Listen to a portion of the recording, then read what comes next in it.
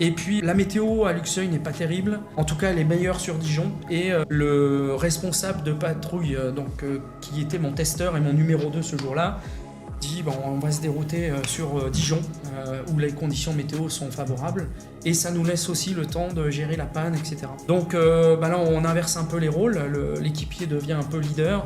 C'est lui qui nous ouvre la porte. Pendant ce temps-là, nous, on gère la checklist qui est assez longue. On regarde tout ce qui se passe. Et puis, on arrive sur la fin. L'équipier nous annonce de la fumée derrière, mais en fait, c'est pas de la fumée.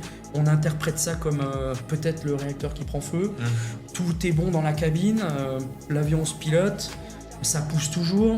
On arrive ensuite en dernier virage. Là, derrière, il y a quelque chose qui se passe. On me demande de larguer les bidons. Donc, je vise un champ, je largue les bidons pour alléger l'avion et pouvoir avoir un avion manœuvrant au cas où on ait une montée d'incidence. Et dans le virage de procédure, où là, je sors le train, c'est le moment le plus dense. J'ai tout un tas de voyants qui s'allument mais qui n'ont rien à voir avec la première panne. Donc il y a une surpanne. Une surpanne. Et en fait, la surpanne, c'est juste la vraie panne. Cette vraie panne avait engendré le DSV plus calque. En fait, j'ai une rupture d'une canalisation de pétrole qui fait que je passe à 650 km/min avec 900 kg restants. Et ben 1 minute 20. Alors on sort tous les éléments, tout est dehors.